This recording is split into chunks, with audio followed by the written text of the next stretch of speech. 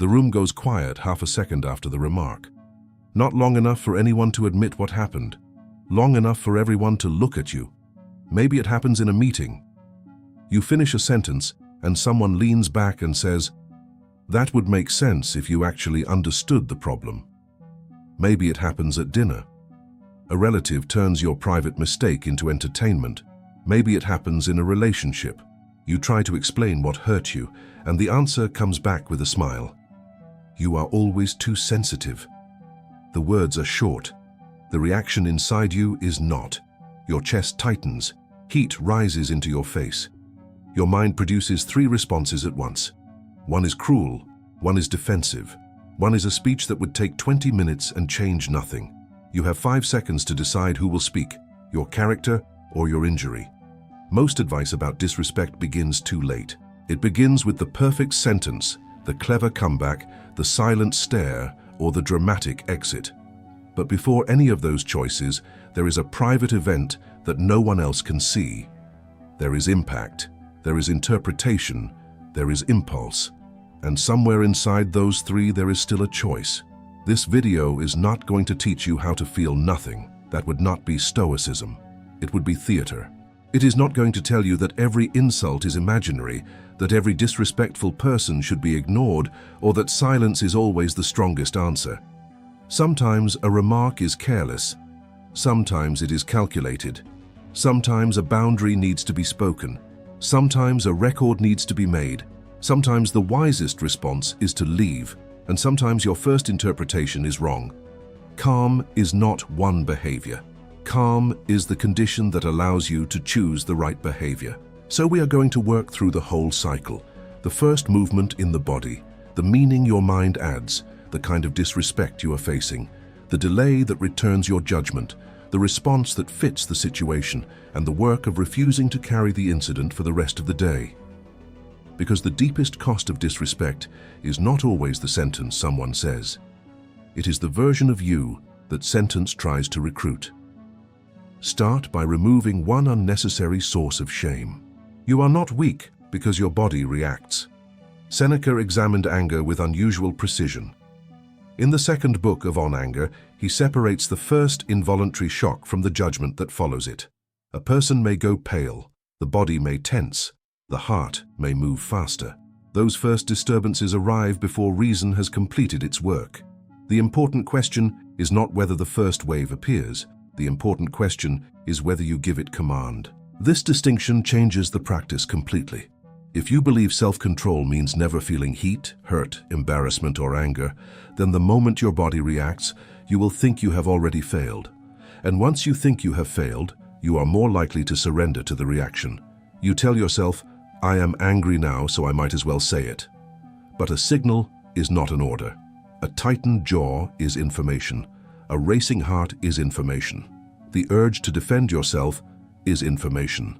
Information can be examined before it becomes conduct. Consider a man named Daniel in a weekly team meeting. He presents an update. A colleague interrupts and says, "We would be further ahead if you had done this properly the first time." Daniel feels the first wave immediately. His shoulders rise. His attention narrows. He hears the sentence not only as criticism of the work, but as a public verdict on his competence. In the old pattern, he would answer the verdict. He would list every mistake the colleague had made. He would defend his effort, explain the delays, and try to restore his status in the room. But the verdict exists partly in his interpretation. The actual event is smaller and more specific. A colleague made a broad, disrespectful criticism in a meeting. That is still a problem.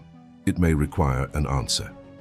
But it does not require Daniel to obey every physical command produced by the problem. His first practice is simple. He feels his feet on the floor. He releases one breath more slowly than he wants to. He does not force his face into a performance of serenity. He does not pretend the remark was acceptable. He gives his body a few seconds to stop making the decision for him. This is not a trick to make anger disappear. It is a way to keep anger from signing your name. When disrespect arrives, quietly name the first movement. Heat, pressure, shame, urgency.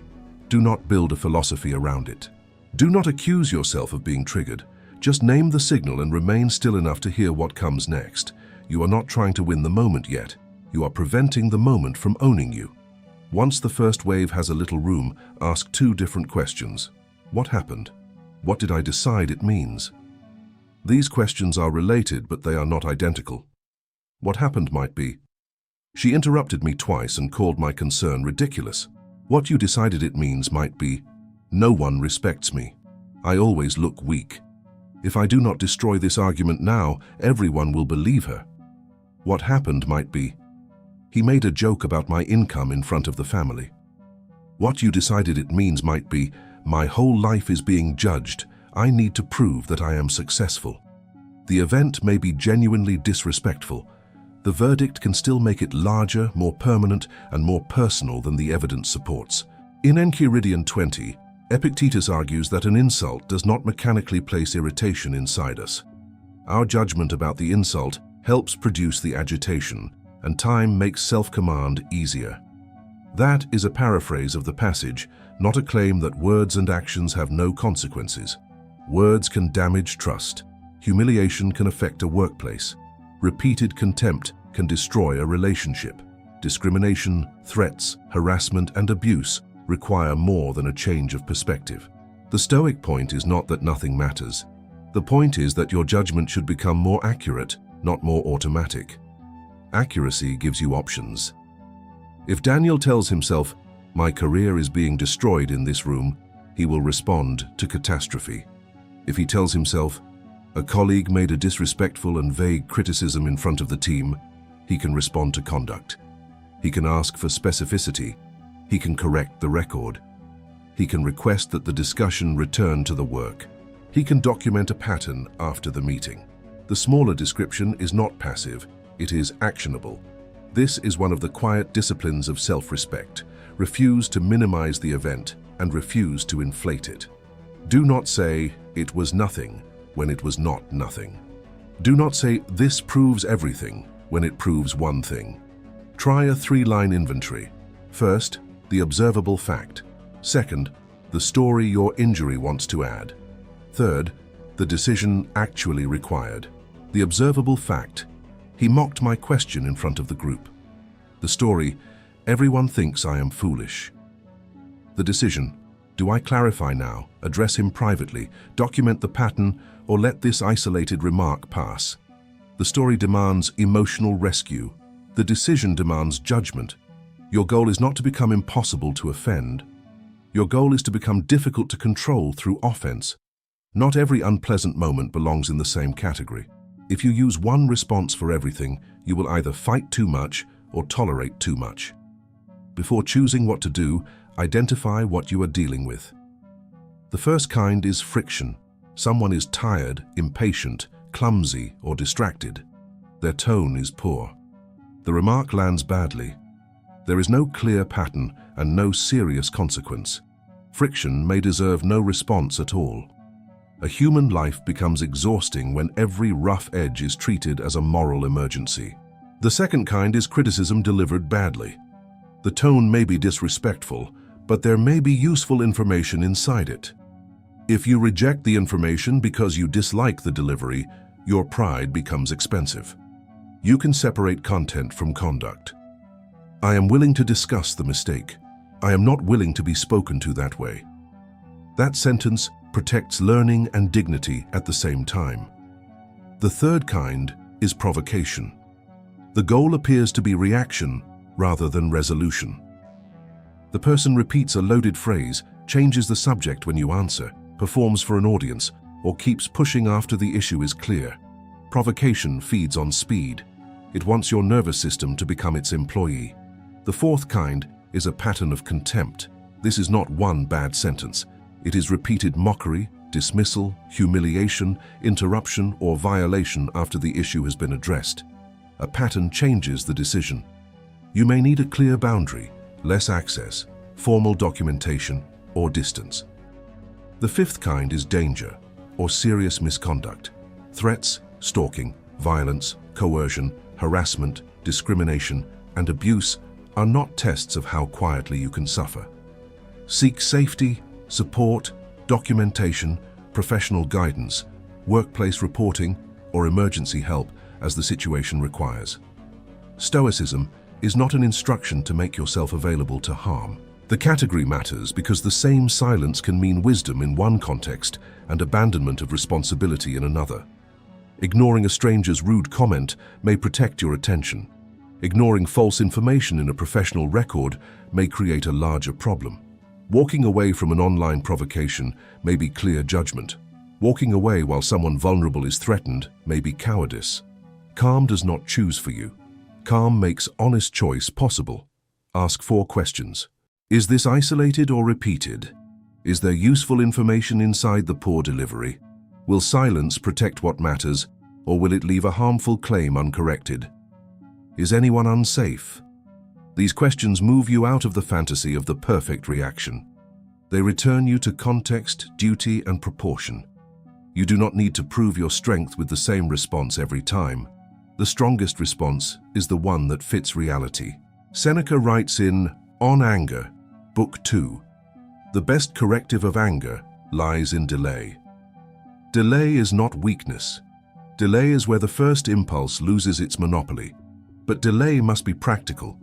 Telling yourself to calm down while your body is preparing for conflict is often too vague. Use a sequence you can remember under pressure. First, stop your mouth. Do not begin the sentence you may have to repair later. One breath of silence is rarely as damaging as one sentence of contempt. Second, lower the speed of your body. Unclench your hands. Let your shoulders drop. Exhale a little longer than you inhale. Look at one stable object in the room. These are not magical techniques. They are small ways of refusing to accelerate the moment. Third, reduce the claim. Silently describe what happened in one sentence without reading the other person's mind. Not, "He is trying to destroy me," but, "He made a personal remark instead of answering the question." Not, "She has never respected me," but, "She interrupted and mocked this concern after I asked her to stop." Fourth, decide whether an immediate answer is required. Many situations create urgency without creating necessity. You can say, "I want to think before I answer that." You can say, "We can continue this when the conversation is respectful." You can say, "I am not discussing this in front of everyone." You can also ask a question that makes the remark carry its own weight. What do you mean by that? Can you make the concern specific?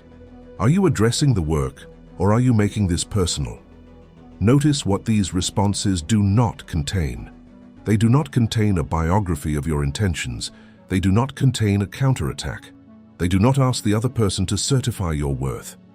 The pause returns the burden of clarity to the person who made the remark. Daniel uses this in the meeting. Instead of defending his entire history, he says, "If there is a specific error, name it and I will address it. Let's keep this focused on the work." His voice does not need to be cold.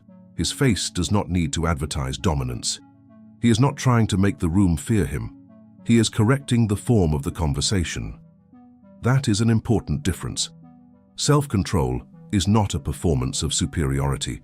It is the ability to remain available to reason when ego wants the stage. Once you have created a little time and read the situation, choose the smallest response that protects what matters. There are 4 broad levels. The first is to let it pass. Use this for minor friction, obvious bait, isolated online remarks, or moments where engagement has no useful purpose. Letting something pass is not pretending it was admirable. It is deciding that the event does not deserve more of your life. The test is simple. If no value, duty, boundary, safety issue, or important fact requires action, silence may be complete. The second response is clarification. Use it when intent is uncertain, the statement is vague, or useful information may be buried inside poor delivery. What exactly are you asking me to change? I heard the criticism.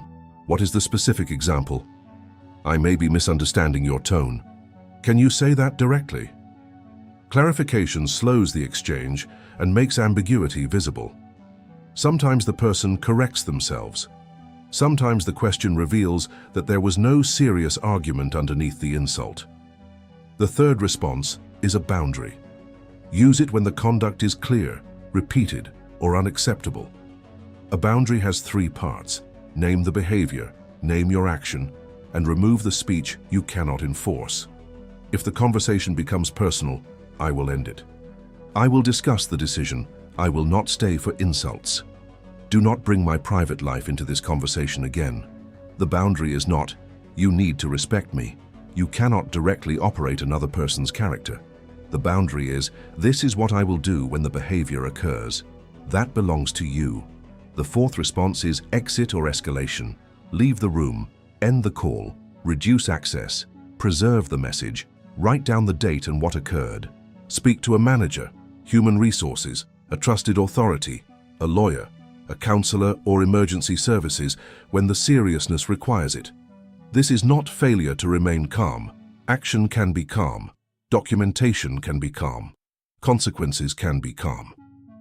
The mistake is believing that Stoicism requires you to absorb whatever arrives without altering the conditions around you. Epictetus begins the Enchiridion by distinguishing what belongs to our agency from what does not. In modern terms, another person's conduct and opinion are not yours to operate. Your judgment, purpose, and action are the ground on which you can work. That does not mean you control every result. Daniel can address the remark and still be misunderstood. He can document a pattern and still face an imperfect workplace. He can speak clearly and still dislike what happened. The practice is not control of outcome, it is custody of conduct. Let it pass when nothing important requires more. Clarify when facts are uncertain. Set a boundary when conduct is clear. Exit or escalate when the pattern, duty, or danger requires action. Do not use a sword where a sentence would do. Do not use silence where courage requires a sentence. See how the same framework changes across three ordinary situations. At a family gathering, someone turns a painful year into a joke. If this is isolated friction, you may let the silence after the joke expose its poor judgment. If the person repeats it, clarification may be enough. Why are you bringing that up here? If the pattern is established, use the boundary. My private life is not a group conversation. If it continues, I am leaving. Then leave if it continues. In a work message, a colleague writes that you failed to complete something you were never assigned. Silence could leave a false record. Do not answer with an angry paragraph. State the fact, attach the relevant assignment, ask what action is needed now, and preserve the exchange. Calm protects accuracy here through speech and documentation. Online, a stranger reduces your work, appearance, or character to one contemptuous sentence. There is no relationship to repair, no factual record that matters, and no duty to educate the account. Letting it pass may be the full response. Blocking access can be a boundary even when no announcement accompanies it. The surface emotion is similar in all three cases. The duty is different. This is why emotional control cannot be reduced to always answering, always ignoring, or always walking away. A rule that saves you from judgment can also remove you from reality. Choose the response by what needs protection, not by what makes you look powerful. Some people learn emotional control in a way that makes them easier to mistreat. They become proud of how much they can endure without reacting. They swallow every objection. They call fear peace. They call freezing restraint. They call self-erasure maturity. That is not the goal. The Stoic virtues include courage and justice, not only temperance. If your calm protects your comfort but abandons truth, it is incomplete. If your silence preserves an image of wisdom while another person is harmed, it is not wisdom. If you keep returning to the same contempt because leaving would disappoint someone, the absence of an argument does not prove the presence of peace. Real calm can sound firm. That statement is false. Here are the facts. I am not available for this conversation while you are speaking to me that way. This has happened more than once. I am documenting it and changing how we work together. No. Notice the economy of those sentences. Firmer does not mean longer. Many people lose control through explanation rather than volume. They produce paragraphs because they are trying to force recognition from someone who has already chosen not to listen. A clear boundary does not need a closing argument. It needs follow-through. Suppose the disrespect comes from someone you love. You say, "When I bring up a concern and you mock me, I will end the conversation. We can try again later." The next time it happens, your task is not to deliver a more persuasive speech. Your task is to end the conversation, without a threat, without an insult, without waiting for permission. This is where self-respect becomes visible, not in the intensity of the declaration, but in the consistency of the action. There is also a difference between being calm and looking calm. You may need to leave with shaking hands. You may need to report something while still angry. You may need support to hold a boundary you know is necessary. Do not delay protection until your emotions become aesthetically perfect. Calm means emotion is no longer the only voice in the decision. It does not mean emotion has vanished. You can be hurt and precise. You can be angry and non-violent. You can be afraid and still leave. You can care about someone and reduce their access. The standard is not, did I look unbothered? The standard is, did I act in a way I can respect when the moment is over? The conversation ends. Now the second conflict begins. You replay the remark in the car. You improve your response in the shower. You imagine the room finally understanding you. You tell the story to 3 people, then check your phone to see whether the person has written again. The original event lasted 30 seconds. The rehearsal lasts 6 hours. This is where many people lose the peace they protected during the confrontation. They did not explode in the room, but the offender still occupies the rest of the day. Recovery needs its own practice. First, complete the facts. Write down what happened if the event matters. Use observable language. Record the date, place, words as accurately as you can, witnesses, and any action you took. Documentation is different from rumination. Documentation has an end and a purpose. Rumination keeps reopening the scene in search of a different past. Second, decide the next action. Do you need to send one clear message? Speak privately. Report the incident. Change access. Apologize for your own part. Or do nothing further. Put the action on a calendar or complete it. An undecided mind keeps calling the meeting back into session. Third, release the imaginary audience. You may never know what everyone in the room thought. You may not receive the apology. The other person may tell a different version. Your mind will offer to manage every impression if you let it. Decline the job. Return to what can still be shaped, the accuracy of your record, the clarity of your next action, and the quality of your conduct. Fourth, bring the body out of the event.